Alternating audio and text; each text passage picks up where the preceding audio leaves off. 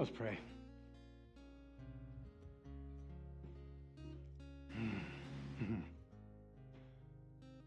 Oh, holy, holy, holy are you, God.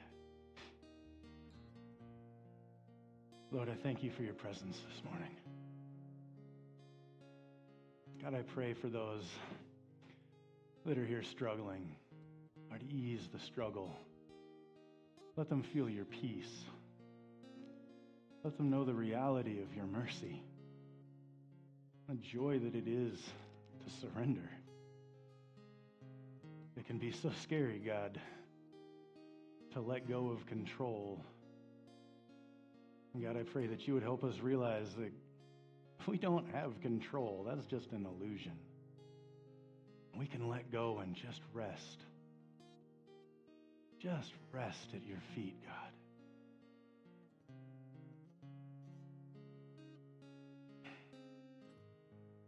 God, so many of us need rest. Lord, fill us with you. Fill us with your presence, fill us with your love, and fill us with your mercy until we just can't contain it and it overflows to those around us. Lord, I just pray for a tidal wave of you flowing from this place. Wash over this world, God. Wash away all that is wrong. God, may your will be done on earth as it is in heaven. I ask that you guide us in that. Thank you for this time, Jesus. We praise you, we worship you. Amen. Give it up for our worship team holding it down. Thank you, guys. And honestly, give it up for you all holding it down. Sounding awesome. Awesome. Oh, man. Everybody have a good Christmas? Who's got at least 4 or 5 pounds to lose after eating all the Christmas food? I'm definitely there with you. Before I get started with my message, I wanted to tell a little story. And it starts like this. Long ago, in a galaxy far, far away, I couldn't resist. Corey got to do all the Star Wars stuff before me, and I was feeling left out. But I know I should have had it going. But I'm not quite as much of the showman, I guess. But so I do have a story though, and by long ago I mean yesterday morning. Will you turn me down a little bit? I'm ringing pretty bad up here. There we go. Thank you. And a galaxy far, far away was the woods behind my house, which is where I like to go walk and pray. And you see, yesterday, being the unfortunate reality that I am a procrastinator and I didn't have my whole message finished, I got up in the morning and decided that, well, before I write my message, I got to be a good, dutiful Christian and go on my prayer walk. It wasn't like I was forced to. I was actually looking forward to it. But you ever have one of those days where things are going pretty good until they're not? And then they just keep not going good, and what should be just a series of little frustrations that you just, shrug them off, somehow turn into something that adds up. I'm blaming Satan, but it will add up into something that can break you and cause you to act in ways that you are not very proud of. Ever have one of those days, right, where it just keeps going? It just keeps poking you and poking you and poking you until you just snap. Right? You have a little crash out worthy of some momentary internet fame, right? We've all watched them. Come on, we've all watched people losing it. We used to call them Reagan fits in the woods. Right? It's if you're not sure what it is, what I'm describing is an adult temper tantrum. Stomping feet, screaming, holding breath, turning red, shaking fists. Did I mention screaming, stomping, throwing, breaking? Yes. It was one of those mornings for me. It turned into one of those mornings for you. And I'm not going to regale you with all the petty, stupid little things that set me off, because you'll just think less of me because those stupid, petty things set me off. But I do have to share what started it, because I do feel like this is one of those ones where pretty much everybody goes, okay, that's justified, to kind of flipping out a little bit.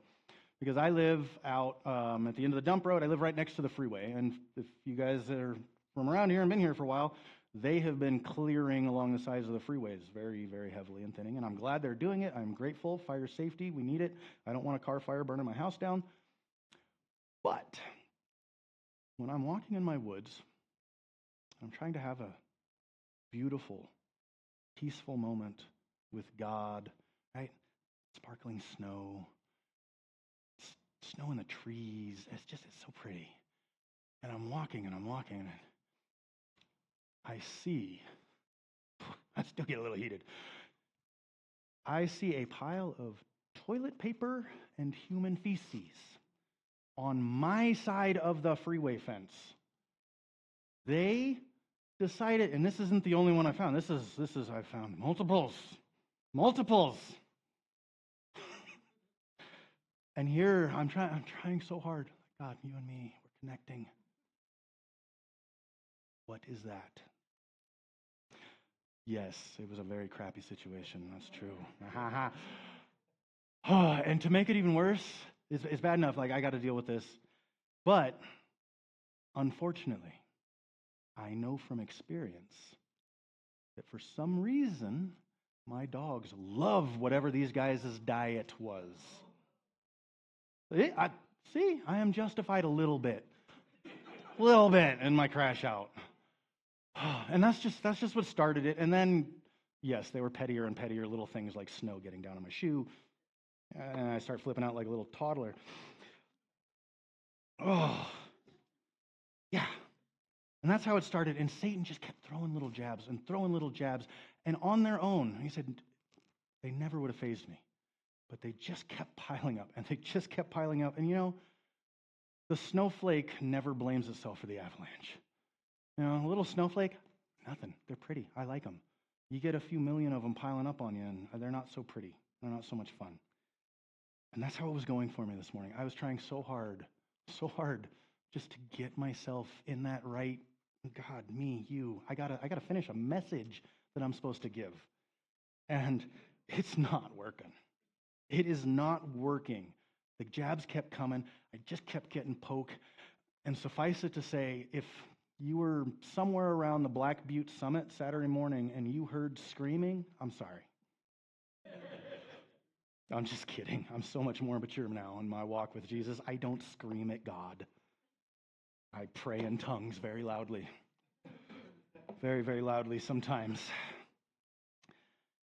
So this is the state that I'm in when I get back from my prayer walk that is supposed to help me feel more connected with God. And I get back and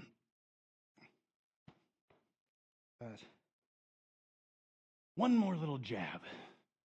My stupid earbuds case is gone. I know it's stupid. It's nothing. But they design these things to be lost. They design them to be lost. If I spend $100 on this thing, I should be able to push a button and it walks itself back to me. And this isn't the first one I've lost, so it's already a little frustration. And I'm heated. Logic is not in the picture anymore. I know logically that all these things are stupid, that they're just pretty much meaningless, and that it's pretty foolish that I'm acting the way I'm acting. I know this here. How many of you have seen the movie Inside Out? I love that movie. It's a great little movie. It gives you some great insight into like how the mind works. If you've seen it, you'll know who I'm talking. The little Gred guy was in full charge of the controls. Rage was running the system. He had locked up everybody else and taken over control. And it's so funny because I found myself there, and I am a much more mature Christian than I used to be. I don't throw rigging fits inside anymore. I don't throw temper tantrums in pleasant company anymore. I'm not saying I don't throw them. I just make sure I'm by myself. But I was like frozen now because I am fuming. I am so mad. But I don't know what to do because I'm like, okay, I really need to work on my message. But if I go try and work on my message right now, I am so angry. What's going to be written down probably isn't going to be very godly. And I'm not even going to be able to think about it because all I'm thinking about is where the heck is my stupid case? I retraced my steps. I was walking in the snow. I can see every footprint. I followed every footprint. I can't find it. You ever get caught up in that where it's so, I can't let go of it?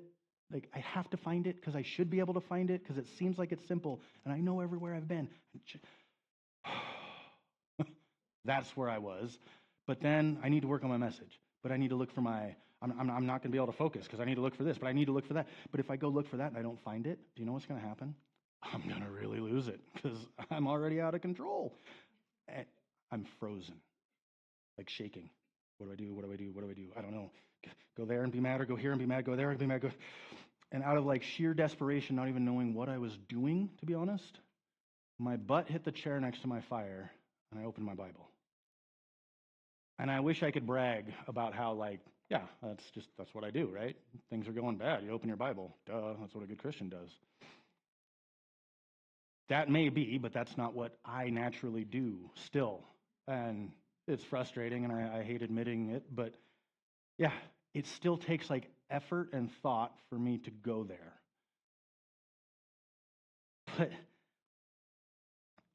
now I'm sitting down. I didn't flip out in the house. I may have thrown a few things out in the woods. But I get to stop and I start reading just the first thing that's in front of me. And I'll share what I read in a minute, but I don't actually think it's actually that important what it is that I read. It's the fact that in the midst of all of this chaos and not knowing what to do, something made my butt plop in the chair and open my Bible. And that has not always been my go-to response. In fact, my go-to response of being frustrated in any way, shape, or form is lash out and hurt anything and everything that's around me. Burn the world down. If I'm unhappy, well, then the whole world should just go down in flames. You'd think by now I wouldn't be surprised when God shows up, though. So I've been going through this cycle more times than I want to admit. But it was so crazy because, I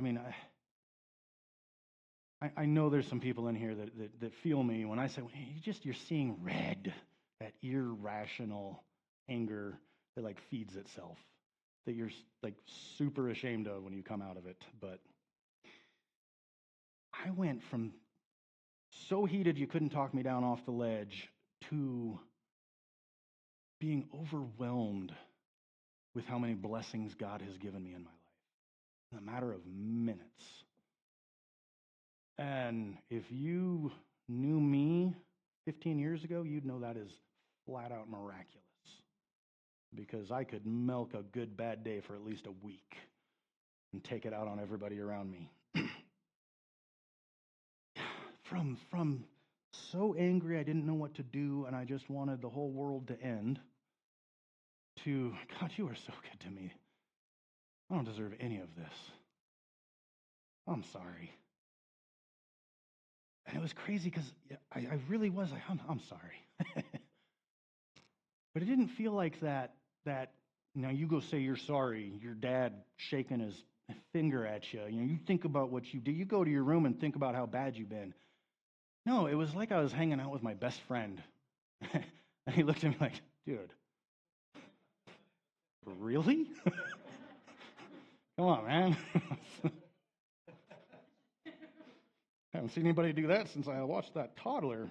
They held their breath almost as long as you. Jesus isn't sitting there waiting to call you out. He's going to laugh at you with you. He's not laughing at you because he's laughing with you. And he goes, we come out of it. I was like, oh, I'm sorry, guys. I don't know what was happening. And most of us, if we're honest, we've all had that moment where we sorry, guys. I don't know who was in control of the ship there, but it wasn't me. I swear I don't act like that all the time. I wasn't worried about God shaming me like a disappointed father. In that moment, I was laughing with Jesus about how stupid I can be. In the best, most good-natured way. Like, Right? You know when you can just laugh at yourself with your best friend. There's no condemnation. There's no shame. It's just like, we're both idiots. I'm glad we got each other. Yeah. And Jesus doesn't say we're both idiots, but he still says he's glad we've got each other.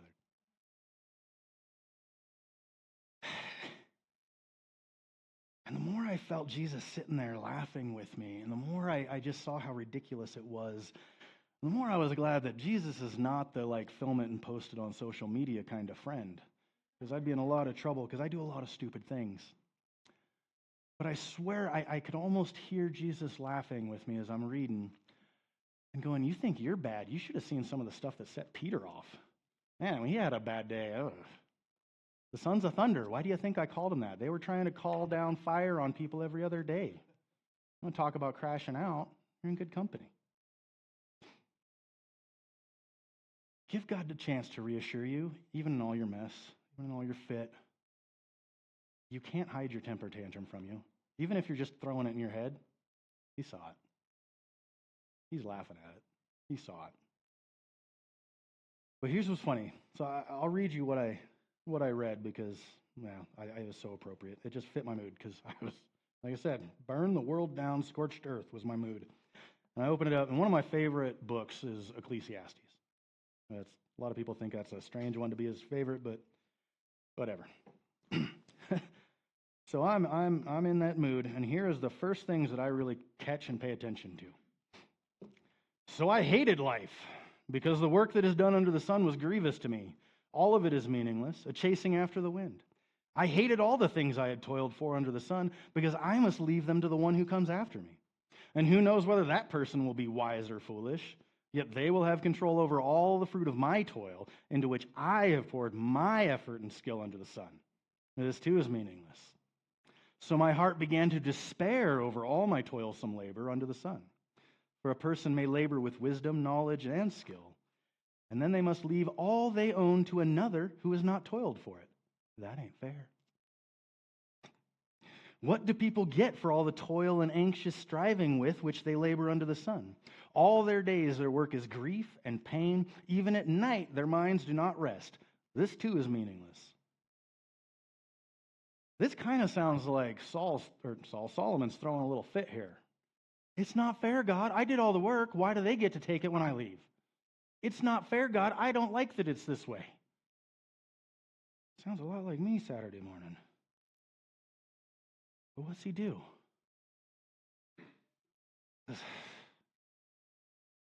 Take a deep breath. You know what? A person can do nothing better than to eat and drink and find satisfaction in their own toil. As this too I see is from the hand of God, for without him, who can eat or find enjoyment? Here's Solomon, arguably the wisest man that ever lived. He's smarter than me, richer than me. He was probably better looking than me. He's better than me in pretty much every metric that you can possibly imagine. And he even does better than me with his crash out story. His crash out story makes it into the best-selling book mankind has ever made. My crash out story will be lucky to get 1,000 views on YouTube. And why am I telling you all this? Because when I finally sat down to finish writing what was going to be an awesome message, because I had an awesome title. Pastors love coming up with like catchy, edgy titles is one of our favorite things, because somehow that's going to make it so much better. And I was convinced this was, everybody was going, ooh, that one. They're going to be talking about it for weeks. And I really tried. I really tried to just force this message to happen. But I couldn't stop thinking about the morning. I couldn't stop thinking about how silly I'd been, how easy it was for me to get set off, but also how easy it was for God to bring me back out of it. Because that is not my history with my anger. It's usually pretty hard to get me out of it. Like, has a life of its own. It feeds itself. It finds all kinds of reasons to keep going, keep getting stronger. And I felt like I had this little moment where, I'm always asking God why. I can't help myself. I want to know why, God. And most of the time, I don't get the answer. But I felt like this time I got a little answer. And that I got to share that answer with you, whether I can make it fit my sermon title or not. But as I was really thinking about it and reflecting on it, I could see God was showing me the progress that we have made together. Because I don't know about you, but I have a really hard time doing something that I don't see any progress in. Feeling like I'm just spinning my wheels and getting nowhere. I want to see at least movement towards my goal. Sometimes I don't really get what God's goal is for me. Like, I mean, yeah, God's goal is to get me to be like Jesus. But like, what's my goal for tomorrow, John? Right? I want the practical. Like, yeah, heaven, future. What do I do tomorrow? What do I do next week? And then his answer, quit worrying about it. Right? Friend Mark, he loves to say, don't worry about it. That's what God says. Quit worrying about it. Don't worry about tomorrow. Don't worry about next week. Quit beating you up about the stupid thing that you said last week. You can't change any of it. You know, all that crap you're worrying about in the future, 9 out of 10 of those things aren't going to happen. You're worrying about something that you made up to worry about. And there's plenty of stuff to worry about right now, if we're honest. Oh yeah, I got another movie reference here. And me and Corey have decided we need to put together like a movie watch list and a book reading list so that you guys will understand all of our pop culture references. But how many of you have seen The Karate Kid? Yeah, or at least know the concept of The Karate Kid, right? You got this poor little kid, don't know nothing. He's getting all beat up, and Mr. Miyagi, he's the awesome sage, kung fu master, takes him in, says he's going to teach him, and he's like, yes. And then he tells him to wax his car, like sand his floor and paint his fence. Daniel's getting all frustrated because he just keeps doing this, and he's trying to put up with it. But after a while, he gets tired of it, and he confronts Danielson, right, or Mr. Miyagi. And he's like, this isn't fair. You're just making me do your chores. I thought you were going to train me. And there's this great, like, I can still hear the music in my head, man. Dun, dun, dun, dun. And if I had the budget, the church, we would have an awesome, like, 80s, training, martial arts montage, get you all pumped, but you just got to visualize it. Right? And he's doing the stuff, and he gets all mad. It's, Mr. Miyagi, I thought you were going to train me. And Mr. Miyagi says, show me, wax the floor. Blocks a punch. Show me, paint the fence. Blocks another punch. Oh, wait a minute, you've been teaching me this whole time? What? This is our walk with Jesus. I really, truly believe that this is how Jesus wants to disciple us. Do some stupid little things that you don't even understand why you're doing it, to the point of frustration even. And then when you're finally ready to lose it, like I did Saturday morning, and you're in the midst of just spiritual warfare, because that's what this was. No mincing words about it. I'm trying to get a word for God together. I'm trying to just open myself up, and then you're going to come under attack. Anyways, and so what happens? I'm in the middle of it. I don't know what's going on. I'm freaking out. I don't know what to go on. Master Jesus says, Michael, son, read scripture. Did I just block the devil? Paint the fence. Ah! Oh! Fast, scripture, pray. I am a spiritual ninja. And I didn't even know it. I will be honest, after watching that movie, I thought I knew Kung Fu. It didn't work. Statistically speaking, New Year's resolutions, the number one, get healthier, get better, get into the gym. And Jesus said to everybody that it is not the healthy who need a doctor, but it is the sick. And I have not come to call the righteous, but sinners. And Jesus said, come and see. Because not only will the great physician heal you, but he will take you further. Because once he has healed you, once he has fixed you, he will start to train you. You won't even realize it. But he will be training you. Until all of a sudden, some spiritual battle is going to come up in your life. And you're not going to know what to do, but you're going to hear that little voice. Pray. Fast. How may love? That's the Dragon Ball Z reference for any of you that like Dragon Ball Z. You're being trained. Jesus has a plan for each and every one of us. It's different. God's got a plan. And if you keep your eyes on him and trust that he's got the plan and he's got it under control, it is amazing what happens when you can surrender and just accept, I don't know why he keeps making me do this stupid, tedious little thing that I hate. It's okay to admit that you hate doing some of the things that God's asking you to do.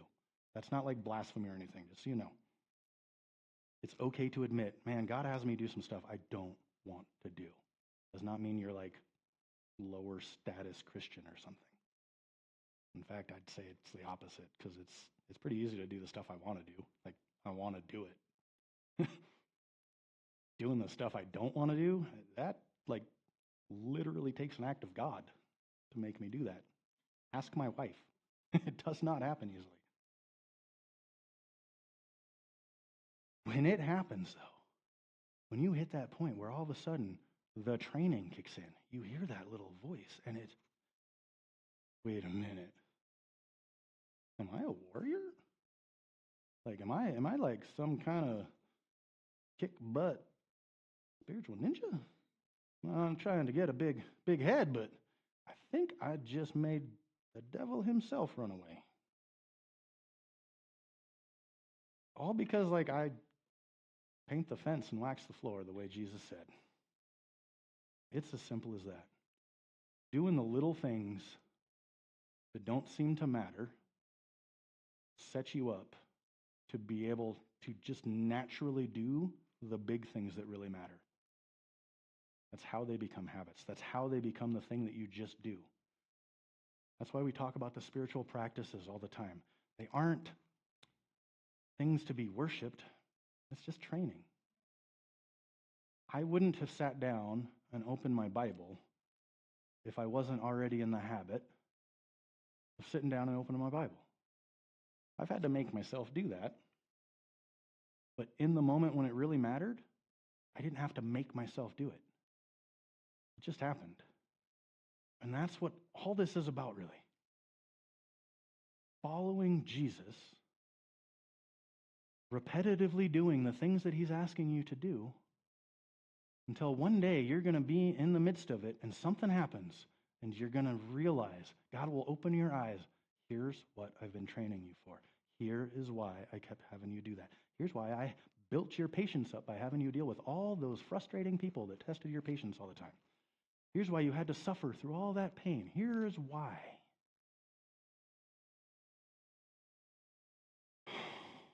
It's like I can breathe when I get that. Like, you're not just like sadistically torturing me, having me do stupid little things that don't matter. Because, I'll be honest, sometimes it feels that way in this life.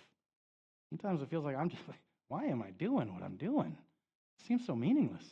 It doesn't seem like I'm getting anywhere. I loved lifting weights because it's like, it's real obvious. Last week I put up 200 pounds. This week I put up 210. Progress. There's times as a Christian I'm like, I don't know, I've prayed every day and read my Bible every day in like months. Still feels quiet. I don't know why. I've asked God why. It still feels quiet sometimes. But I've learned to be okay with that. There's a great, I think it was Dan Rather who was interviewing Mother Teresa. And he asked her what she does when she prays. He said, mostly listen. And so then his follow-up question, well, so if you're mostly listening while you pray, well, what does God do while you're praying? Mostly listen. And if you can't understand that, I can't explain it to you. You have to experience it. God's not ignoring you if he's quiet. Because there's going to be times that he's listening. And you know that feeling that you get when you have a friend or acquaintance that like way after the fact they mention something that you brought up, it's like, wow, you were really paying attention. You actually care. Like I didn't even think that you noticed when I said that. God knows every little thing you've whispered to him. Every little thing. And I want to encourage you to hold on for that moment if it hasn't yet, or if you need it to. It's coming, right? 41's coming, 40 days, on the 41st day, things got good. You might be in the midst of the suck. But the good's coming. And give God a chance to show you the good he's doing. Give God a chance to show you what his training is doing in you. Because it is coming, even if you can't see it. But if you can look at this life, this suck, this difficulty that it is to exist, and see it as training, though. This isn't punishment. This isn't futile. This isn't for nothing. This is God training you the way that only he knows how to train you, for only he knows what's coming. He said, God is the only guru I know that took on death and beat him. And so I'm going to listen to how he tells me to fight this fight.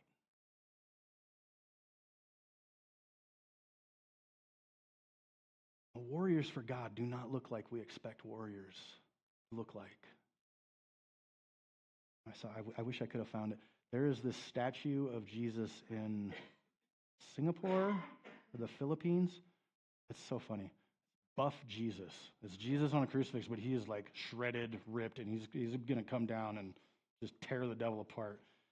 It's like, that's how a lot of us envision, right? The big conquering. Like, I want to be the big, muscular, kind of knock everybody out of my way and do what I want. Jesus was a homeless Jewish rabbi wandering from town to town, preaching a radical message of love that somehow managed to subvert the most powerful empire in the world. And he's telling us how to fight this fight. I'd encourage you all to listen. Worship team, prayer team, will you guys come up? We're going to have a couple of worship songs that we're going to play. I encourage you to join in with us in worship. We'll have prayer team up here if you got anything that you need prayer for. Encourage you that. And I want you to picture one last movie reference. Can't help myself. When I say these spiritual warriors don't look like what you expect a warrior to look at, there are little old church ladies that if you could see the spiritual battle that they're pulling off, it would be like that first time you saw Yoda turn on his lightsaber and actually go start kicking people's butts. They are powerful. There are powerful spiritual warriors that you would discount them to look at it. And I say that because you may discount yourself and think, well, I don't look like what I think that spiritual warrior would look like. I don't feel very warrior-like. Jesus tells you paint the fence. And all of a sudden you realize I just painted the devil right out of here. God's got you. Just listen. Just listen. Give him a chance. The enemy and his got nothing to bring against our God and ours. Let's pray.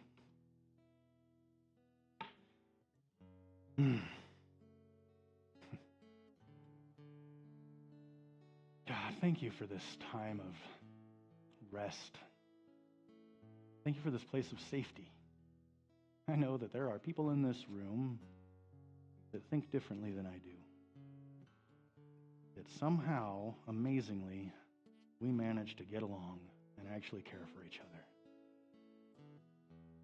It shouldn't be radical, but for some reason that is radical in our society, God. I pray that you would open our eyes to the beauty that is all around us, that you created in love. Help us to see the people around us with your eyes, God. Let us approach this world with love and mercy and grace that only you can teach us how to have.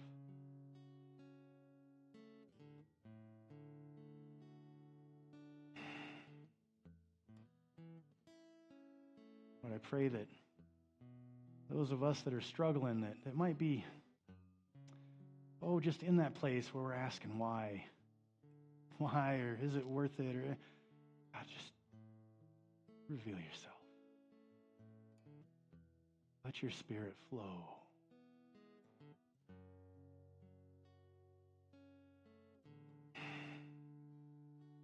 Lord, I pray a blessing for this year. A blessing not only of peace, but also of closeness, God. Let us get a deeper, newer understanding of who you are and just who you say that we are, God. And help us to believe it. Shut down the voices of the enemy, God. Just whisper incessantly the lies that we're not good enough, or that you're disappointed in us, or any other of the just millions of lies Satan uses, God. Thank you for your comfort, your presence, Lord. Guide us in comforting others around us, God. So much need. There's so much struggle. Lord, if there's any way that we can help, if there's any way that you can use us, Lord, use us. I know there are people here saying, here I am. God, show us where you're using us. It helps. It helps to know. Thank you for this beautiful day, God. Thank you for this room full of beautiful people seeking you, Lord. And above it all, thank you for you. We come together to praise you and thank you. Amen.